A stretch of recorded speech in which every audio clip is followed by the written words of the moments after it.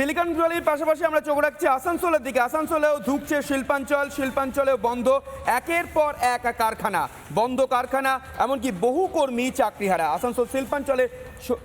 আসানসোলের ছবিটা কি, শিল্পাঞ্চলের এই মুহূর্তে কি ছবি তুলে ধরেছে আমাদের প্রতিনিধি ব্রজ ব্যানার্জি। এক সময়কার প্রাণ চঞ্চল করা এই আসানসোল শিল্পাঞ্চলে আজ চারিদিকে শ্মশানের নিস্তব্ধতা। রাষ্ট্রায়ত্ত কারখানা হোক বা বড় বড় এক সময়কার যে বেসরকারি উদ্যোগ, সবকিছুই কিন্তু আজকে বন্ধ।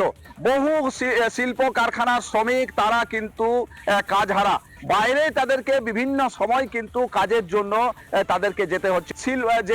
যে কারখানা যে শ্রমিক, সেই শ্রমিকদের কলা হলে একেবারে মুগ্ধ থাকতো। আজকে কিন্তু সেই আসানসোল শিল্পাঞ্চলে শ্মশানের নিস্তব্ধতা। এই শিল্প কারখানাগুলির হাজার হাজার একর জমি কিন্তু পড়ে রয়েছে, দখল হয়ে যাচ্ছে, বেহাত হয়ে যাচ্ছে সরকারের। কিন্তু শিল্পাঞ্চলের শিল্প কোথায়? কোথায় শ্রমিকদের, যুবকদের যে চাকরি, সেই চাকরি কোথায়? এই প্রশ্নই কিন্তু বারবার উঠছে। সব পক্ষই চাইছে যে এই শিল্পাঞ্চল তার যে পুরনো ছন্দ, সেই ছন্দে কিন্তু ফিরে আসুক। এলাকার শিল্প সরকারি বেসরকারি উদ্যোগে গড়ে উঠুক। হাজার হাজার একর জমিতে পড়ে থাকা বিভিন্ন কলকারখানা আবারও এই শিল্পাঞ্চল তার যে পুরনো যে ছন্দ, সেই ছন্দে ফিরে আসুক। এলাকার বেকার যুবকরা তারা কিন্তু চাকরি পাক এবং শিল্পাঞ্চল যে তার যে নাম, সেই নামের যে বাস্তবতা, সেই জায়গায় কিন্তু আবার আসুক এই আসানসোল শিল্পাঞ্চল। আসানসোল থেকে কৌশিকের সঙ্গে ব্রজ ব্যানার্জি, রিপাবলিক বাংলা। তৃণমূলের আমলে শিল্পহারা বাংলা, সিঙ্গুরের শিল্পের বদলে এখন শুধুমাত্রই শূন্যতা। যদি আমরা সিঙ্গুরের দিকে চোখ রাখি তাহলে দেখবো সিঙ্গুরে হয়নি শিল্প, এমনকি ফেরেনি কৃষি জমিও। কর্মসংস্থান নেই এই মুহূর্তে সিঙ্গুরে। সিঙ্গুর জুড়ে এখন শুধুমাত্রই হতাশার আগাছা। সিঙ্গুরের যে জমি, সেই জমিতে এখনো শিল্প হয়নি। স্থানীয় যারা বাসিন্দারা রয়েছে তারা যেটা বলছেন যে সিঙ্গুরে যদি শিল্প হতো তাহলে কিন্তু তাদের আর্থিক দিকটা অনেকটাই উন্নতি হতো। এই মুহূর্তে দেখতেই পাচ্ছ যে বিভিন্ন জিনিস দেখাচ্ছি, এই একের পর এক কিন্তু সিঙ্গুরে ব্যবহৃত যে জিনিস, সেগুলো কিন্তু পড়ে রয়েছে, পড়ে পড়ে ভেঙে যাচ্ছে। স্থানীয় বাসিন্দারা কিন্তু চাইছে সিঙ্গুরে শিল্প হলে তাদেরকে অনেকটাই লাভবান হতেন। আমাদের সঙ্গে বেশ কিছু স্থানীয় বাসিন্দা রয়েছে, কথা বলার চেষ্টা করবো। শিল্প তো নেই, শিল্প যে অবস্থা, আপনাদের ছেলেপুলেরা, আপনারা তো যা করে কাটিয়ে, আপনার ছেলেপুলের কি অবস্থা হবে? অদূর ভবিষ্যতে শুধুই অন্ধকার। যেমন আপনারা দেখছেন চারদিকে শুধু আগাছায় ভরে গেছে, ঠিক আমাদের জীবনটাও আগাছায় ভরে যাবে। পরবর্তী জেনারেশন যে আছে খেতে পাবে না, লুটপাট করবে। আজ সিঙ্গুরটা একমাত্র দাঁড়িয়ে আছে আমাদের জুয়েলারি ভ্যাকসেটিং এর জন্য। আজকে ভদ্র যেসব মহিলা আছে প্রত্যেকটা বাড়ি থেকে 52% মহিলারা ভ্যাকসেটিং এর কাজ করে খাচ্ছে।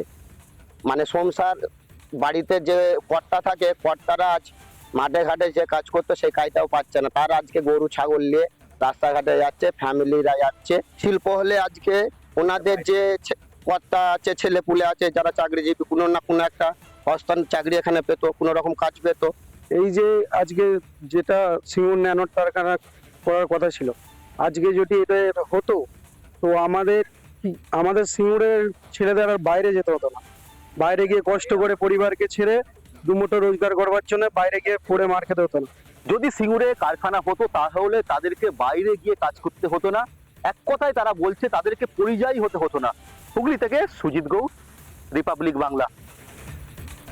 তৃণমূলের আমলে শিল্পহারা বাংলা এবং যদি পরিসংখ্যান দেখা যায়, যেটা শ্রমিক ভট্টাচার্য সংসদের পরিসংখ্যান তুলে ধরেছেন, যে 14 বছরে বাংলা ছেড়েছে 6688টি সংস্থা, এমনকি বিনিয়োগকারীদেরই আস্থার অভাবে পরিণত হয়েছে এক পরিত্যক্ত অঞ্চলে। এই নিয়ে বিজেপি নেতা শিশির বাজোরিয়া কি বলেছেন শুনবো। আপনি যেই গল্প বলেন না কেন, কিন্তু শিল্প যদি আসে আপনি চোখে দেখতে পারবেন। যখন একটা কারখানা তৈরি হয়, ফ্যাক্টরি আসে, মাটির উপরে আসে, মাটির তলায় তো যায় না, তো চোখে তো পড়বে। ওই যেটা আমরা পুরোনো দিনের কথা বলতাম না, ওই চিমনি থেকে ধোঁয়া বেরোবে। যেখানে শিল্প এসেছে ওখানে দেখবেন চা দোকান হয়ে গেছে, গরু চড়বে না। এই যে ইনি যে বারবার যে ঢপ মারছেন, এর অত শিল্প অত শিল্প, তো এখন শিল্প কোথায়? কি আমাদের চোখে পড়ছে? যদি চোখে পড়ে তো আমরা মাননীয় একটু দেখিয়ে দিন।